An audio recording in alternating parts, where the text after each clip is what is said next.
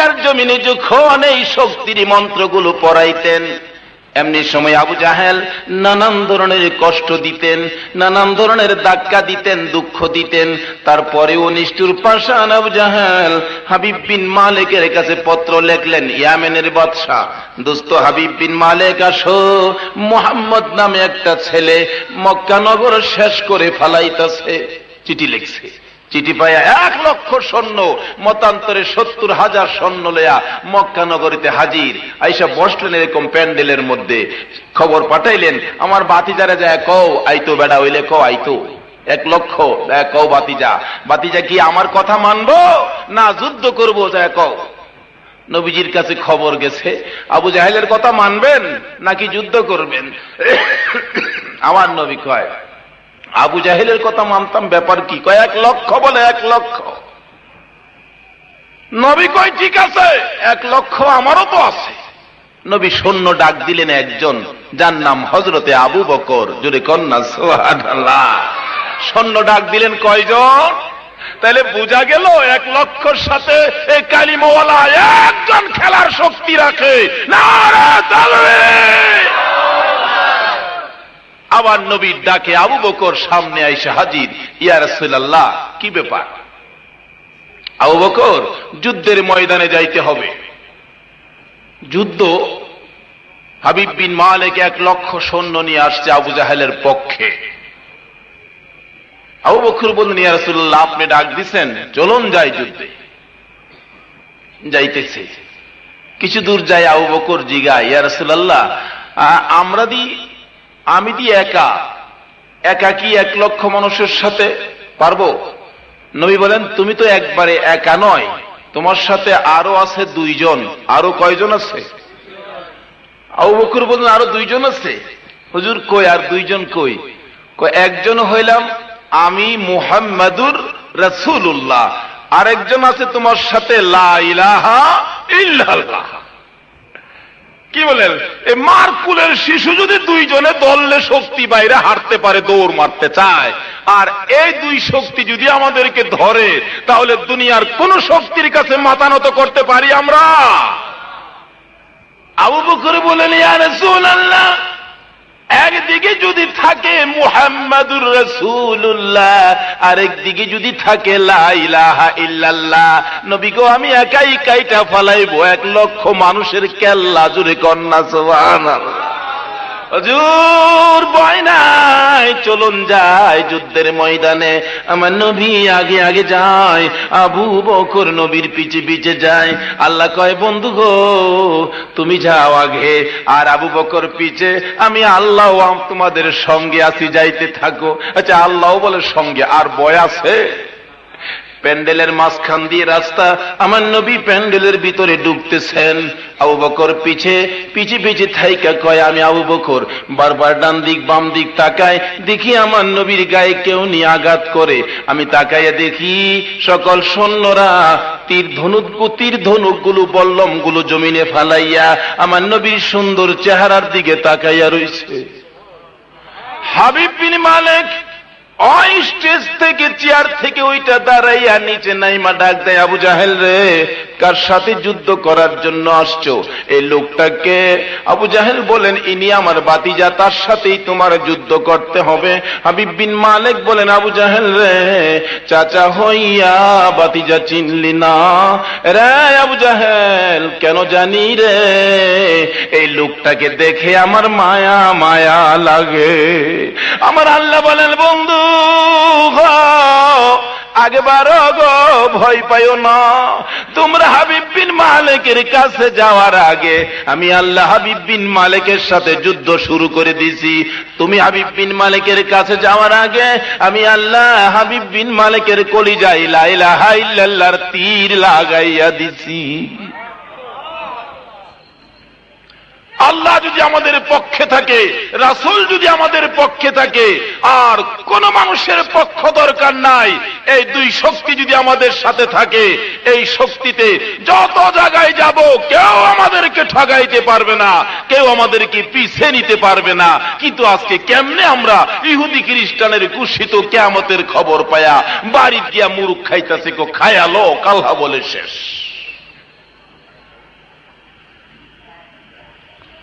বলতেছিলাম কালিমাওয়ালা, কালিমা পাইয়া শক্তিশালী শুধু পুরুষেরা নয়, মহিলারাও শক্তিশালী। হযরতে সুমাইয়া রাদিয়াল্লাহু তাআলা আনহা এমনি করে উলঙ্গ অবস্থায় দুইটা হাত বুকের উপর রেখে চক্ষু বন্ধ করে লজ্জায় চক্ষু খুলে না ডাকতেছে, প্রভু গো দেখা যাইবানি সুমাইয়ার কি অবস্থা। আমার আল্লাহ বলেন, সুমাইয়া রে তোর দাওয়াত কবুল করলাম, আমি আসবো সময় মতো। প্রত্যেকে যেন নর পশু, কাট্টা কাফির বেঈমান আবু জাহেল আসতেছে। মানুষের বীর দেখে ভিতরে গেলেন, কি ব্যাপার? দেখো কালিমার অপরাধী সুমাইয়া রে উলঙ্গ করেছি। আবু জাহেল খুশি না বেজার? কি বলেন?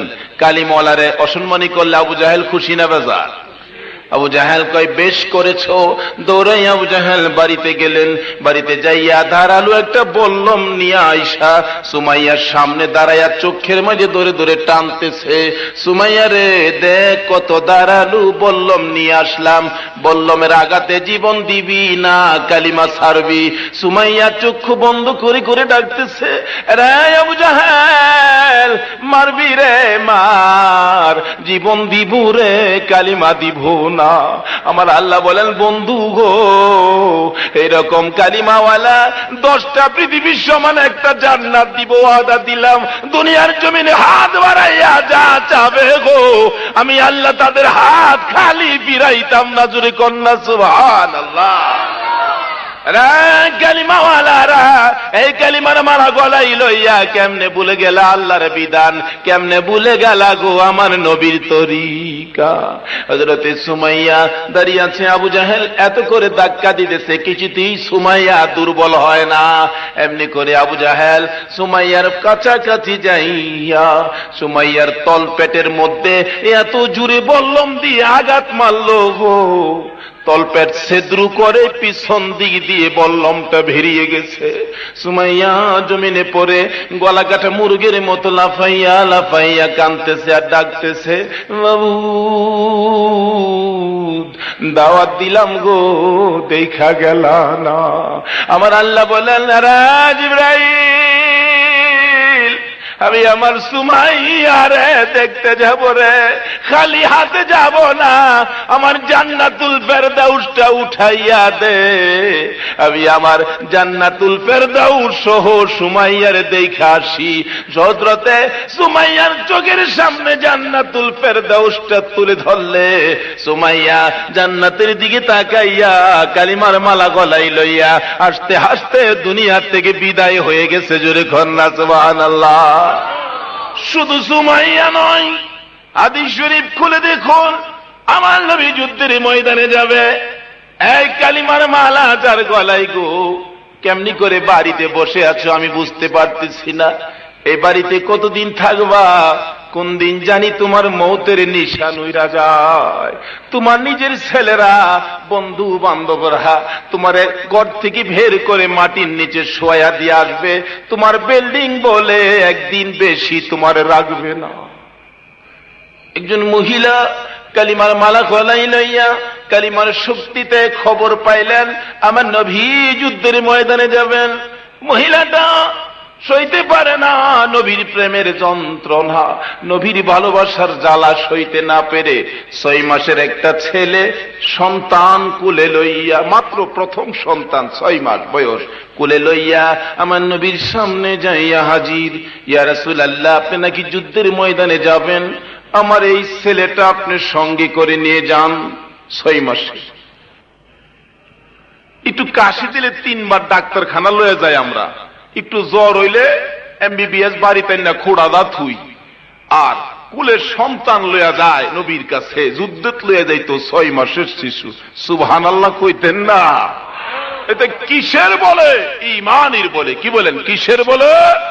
ওই রকম ইমানদাররা এই কাফির খ্রিস্টানদের ঘোষিত কিয়ামত খাইতে কি বলেন শনি মঙ্গলবার লাগবো দিয়া দেহ না, শরবতের মতো খাইবো ইনশাআল্লাহ। সকলে বলুন আলহামদুলিল্লাহ। বলতেছিলাম 6 মাসের ছেলেটা কুলে লইয়া ইমানি শক্তিতে নবীর সামনে হাজির। ইয়া রাসূলুল্লাহ, আপনি নাকি যুদ্ধের ময়দানে যাবেন। নবী গো, আমার এই ছেলেটা যুদ্ধের ময়দানে দয়া করে নিয়ে যান। রাসূল বলেন, এই ছেলেটা যুদ্ধের ময়দানে নিলে কি লাভ হবে? সে কি যুদ্ধ করতে পারবে? সে কি তীর মারতে পারবে? মহিলার চোখের পানিগুলো গড়গড় করে আসতেছে। দয়ার নবী গো, মায়ার নবী গো, আমি আর কি করব? আমার ঘরে আর কেউ নাই, আমি আপনার সঙ্গে দিব। হুজুর, আর আমার কোন ছেলে মেয়ে নাই, আমি কাকে দিব গো আপনার সঙ্গী বানাইয়া? মনে দুঃখ লাগে, ব্যথা লাগে, না জানি কাফের বেঈমানেরা আপনাকে মারে, সইতে পারি না বিধায় 6 মাসের ছেলেটা তুলে ধরলাম। হুজুর, আমার ছেলে যদি তীর মারতে নাও পারে, যুদ্ধ করতে নাও পারে, আমার ছেলেটা নিয়ে যান, বুকের সাথে লাগাইয়া রাখবেন। কাফের বেঈমানেরা যদি আপনার দিকে লক্ষ্য করে তীর মারে গো, আমার কলিজার টুকরা সন্তানটা সামনে ধরে রাখবেন।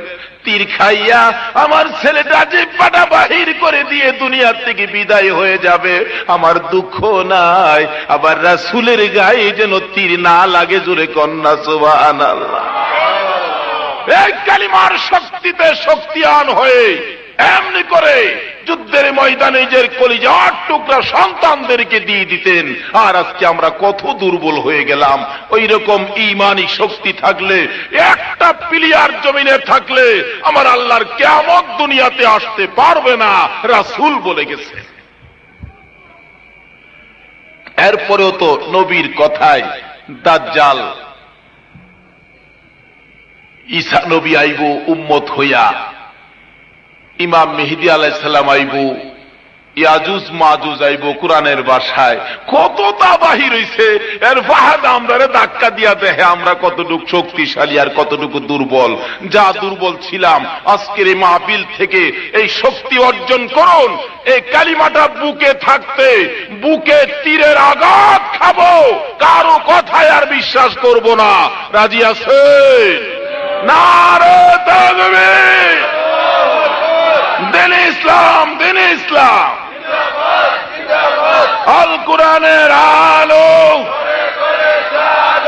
কোরআন ছাড়া অন্য কিছু, আল কোরআনের শত্রুরা ডরাইন জুমুন আস্তে কন্দি, কোরআন হাদিসের শত্রুরা মনে হচ্ছে আমরা ঘুমায় আসলাম না। আয়া দেহ বাংলার জমিনে সজাগ। বলতেছিলাম, মা বোনেরা পর্যন্ত কালিমা লইয়া শক্তি অর্জন করেছে। শুধু মা বোনেরা নয়, পুরুষেরাও কালিমা লইয়া শক্তি অর্জন করেছে। হাদিস শরীফ খুলে দেখুন, উহুদের জমিনের ঘটনা। উহুদের জমিনের যুদ্ধ যখন শেষ হয়ে গেলেন, মুসলমানরা গনিমতের মাল জমা করতেছে। এমনি সময় খালিদ বিন ওলীদ বাহিনী, এখনো মুসলমান হয় নাই, তারা পাহাড়ের উঁচু দেশ থেকে মুসলমানদের দিকে তীর মারতেছে পিছন দিক দিয়ে। কয়েকজন মুসলমান তীরের আঘাত খাইয়া কলিজা ছিদ্র হইয়া গড়াগড়ি করতেছে আর ডাকতেছে, ইয়া রাসূলুল্লাহ, কলিজা ছিদ্র হয়ে গেছে গো, বিদায় দেন, আর থাকবো না। আমার নবী ডাক দেন, ব্যাপার কি? একজন সাহাবী চিৎকার মারছে, ইয়া রাসূলুল্লাহ, মনে হয় নতুন করে আবার যুদ্ধ শুরু হয়ে গেছে। কাফের বেঈমানেরা চারদিক থেকে অতর্কিত হামলা চালাইছে ইমানদারের উপর। কালিমাওয়ালারা দৌড়াদৌড়ি লাগছে, কই কি কে কই আছে, উপায় নাই দেখে হযরতে তালহা রাদিয়াল্লাহু তাআলা আনহু দৌড়ায় এসে নবীর সামনে দাঁড়াইয়া গেছে বুকটা পেতে। কাফের বেঈমানেরা, রে আমার নবীরে বুঝি মারতে চাস তোরা? আয় রে, কে মারবি? আমি তালহা বুক পেতে দিলাম। আমি তালহার একটা বিন্দু রক্ত গায়ে থাকতে, আমি তালহার রুহুটা ভিতরে থাকতে আবার রাসূলের গায়ে আঘাত লাগতে দিব না। কালিমা লইয়া কত শক্তি অর্জন করেছে। হযরতে তালহা রাদিয়াল্লাহু তাআলা আনহু নবীর পাশে দাঁড়াইয়া দাঁড়াইয়া তীরগুলো বুকে লাগায়, নবীর গায়ে লাগতে দেয় না। ডান দিক দিয়ে বেশি তীর আসলে নবীর ডান দিকে যায়, বাম দিকে তীর আসলে বাম দিকে যায়। হাদিস শরীফ সাক্ষী দেয়, আমার নবীর পাশে দাঁড়াইয়া দাঁড়াইয়া ইমানি শক্তিতে তীরগুলো কলিজায় লাগায়। লাগতে লাগতে ৭৯টা তীর তালহার কলিজা ছেদ্র কইরা ফালাইছে। তারপরেও হযরতে তালহা রাদিয়াল্লাহু তাআলা আনহু আরেকটা তীর আসতেছে দেখে দৌড়াইয়া কয়েক কদম সামনে গেলে, আবার দৌড়াইয়া পিছে আসলে নবীজি গায়, তালহা রে এত সামনে গেলি কেন? তালহা জবাব দেয়, ইয়া রাসূলুল্লাহ, ইয়া হাবিবাল্লাহ, দৌড়াইয়া গেলাম, তীরটার গতি বড় বেশি দেখতেছি। আবার মনে সন্দেহ হয়, আমি যদি আপনার পাশে লাইগা থাকি, তীরটা এত দ্রুত গতিতে আসতেছে, যদি আমাকে ছেদ্র করে আপনার গায়ে ছায়া লাইগা যা। আরে কালিমাওয়ালারা কালিমা লইয়া কত খেলা খেলেছে, এ শক্তিশালী হইয়া কেমনে গো কাফের ইহুদি খ্রিস্টানদের কথায় বিশ্বাস করে দুর্বল হইয়া গেলা। একমাত্র কথা বিশ্বাস করতে হবে আল্লাহ, আল্লাহর রাসূলের। আল্লাহ নিজেই কুরআন শরীফে ঘোষণা দিলেন, দুর্বল মানুষকে সবল করবে কালিমাওয়ালা। এরপরে কালিমাওয়ালার কাছে, এই কালিমাওয়ালার কাছে আরো ওয়াজ করেন আমার আল্লাহ, ওমাই ইউতিউর রাসূলা ফাকাদ আতাল্লাহ, তোমরা আমার রাসূলের কথাগুলি মানো। আচ্ছা, আল্লাহ বলতেছেন রাসূলের কথা মানতে, ওখানে আমরা কার কথাই নরম হয়ে গেলাম? তাইলে ঈমানটা থাকলো না গেল গা? ইমান যাইতে বাইরে একাদান লাগে না, একটু ব্যবহারের দ্বারাই ইমান নষ্ট হয়ে যায়, একটু কথাবার্তার এদিক সেদিক হইলে ইমান নষ্ট হয়ে যায়, মনের বিশ্বাসের প্রতি একটু এদিক সেদিক হইলে ইমান নষ্ট হয়ে যায়। ইমান বড় শক্ত জিনিস, আবার ইমান বড় নরম। আল্লাহ বলছে রাসূলের কথা মানো, তাইলেই হবে আমি আল্লাহর কথা মানা। কেন?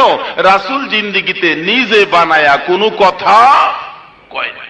আসলে এই রাসূলের কথা মাইনা যে শক্তি আমাদের অর্জন হয়েছে, ওই মাওলার সাথে সম্পর্ক করে আমাদের এলাকায় একটা প্রচলন